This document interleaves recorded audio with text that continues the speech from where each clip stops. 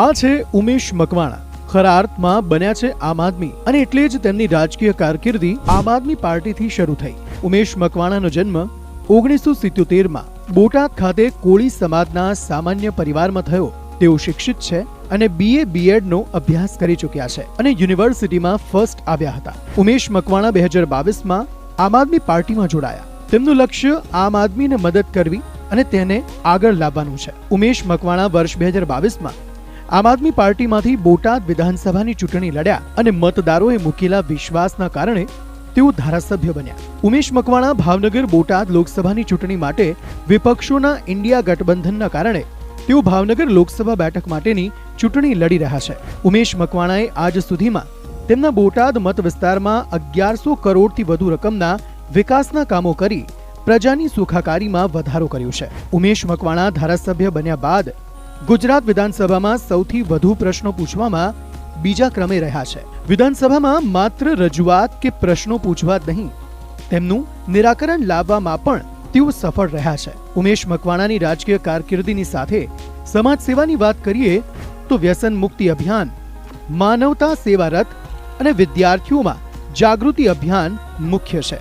ઉમેશ મકવાણા બોટાદ વિધાનસભાના ધારાસભ્યની સાથે હવે ભાવનગર બોટાદ લોકસભાની ચૂંટણી લડી રહ્યા છે. તેઓ ભ્રષ્ટાચાર દૂર કરવો અને લોકોપયોગી કામો કરવાની નેમ ધરાવે છે. ઉમેશ મકવાણાએ કરેલા મુખ્ય કામો જોઈએ તો બોટાદ શહેર અને જિલ્લામાં 16 કરોડથી વધુ રકમના ખર્ચે શાળાઓના કામો, 14 કરોડના ખર્ચે બોટાદમાં ઇન્ટરનેશનલ કક્ષાનું સ્પોર્ટ્સ કોમ્પ્લેક્સ, બોટાદ શહેરમાં 7 કરોડથી વધુના ખર્ચે 5 જેટલી હોસ્પિટલો, બોટાદ અને સમગ્ર જિલ્લામાં 736 કરોડના ખર્ચે પાણીની પાઇપલાઇનની સુવિધા, બોટાદ શહેરમાં 66 કરોડથી વધુના રોડના કામો, 25 કરોડના ખર્ચે બોટાદના કાનિયાડ ખાતે GIDC અને લાઠીદડમાં સબયાર્ડ, ₹32 કરોડના ખર્ચે ગઢડા બોટાદમાં ગટરના કામો તેમજ બોટાદમાં જિલ્લા કક્ષાનું ફાયર સ્ટેશન પણ બનાવવામાં સફળતા મળી છે.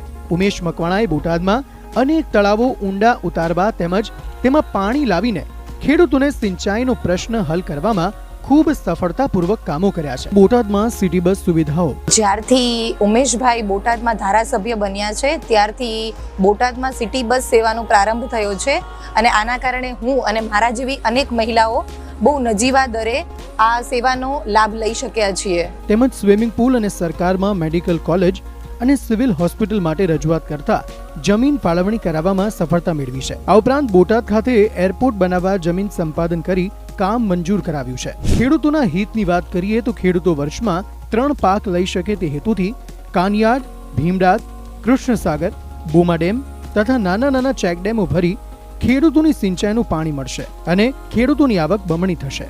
આ ઉપરાંત બોટાદ ખાતે SC/ST boys and girls hostel માટે ₹14 કરોડના ખર્ચે સુવિધાસભર હોસ્ટેલ બનાવવામાં સફળતા મળી છે. આ ઉપરાંત મહિલાઓ માટે જીમ સેન્ટર પણ મંજૂર કરાવ્યું છે.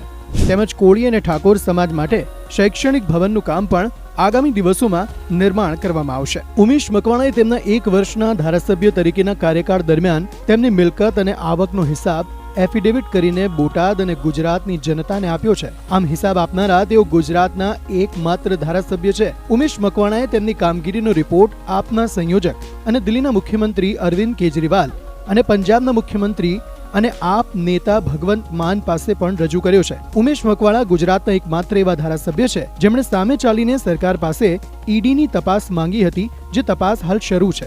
ઉમેશ મકવાણા ઇન્ડિયા ગઠબંધનના ઉમેદવાર જાહેર થતા તેમનું પ્રચાર કાર્ય જોરશોરથી ચાલી રહ્યું છે, જેમાં કોંગ્રેસ અને આપ ગુજરાતના નેતાઓ તેમજ બંને પાર્ટીના કાર્યકરો પ્રચારમાં જોડાયા છે અને તેમને ઠેર ઠેર આવકાર મળી રહ્યો છે. કોળી સમાજનો શિક્ષિત, ઈમાનદાર અને યુવા ઉમેદવાર એટલે ઉમેશ મકવાણા અને એટલે જ આપનો મત હવે લોકસભાની ચૂંટણીમાં ઉમેશ મકવાણાને આપી વિજયી બનાવો અને ભાવનગરના વિકાસમાં આપ પણ સહભાગી બનો.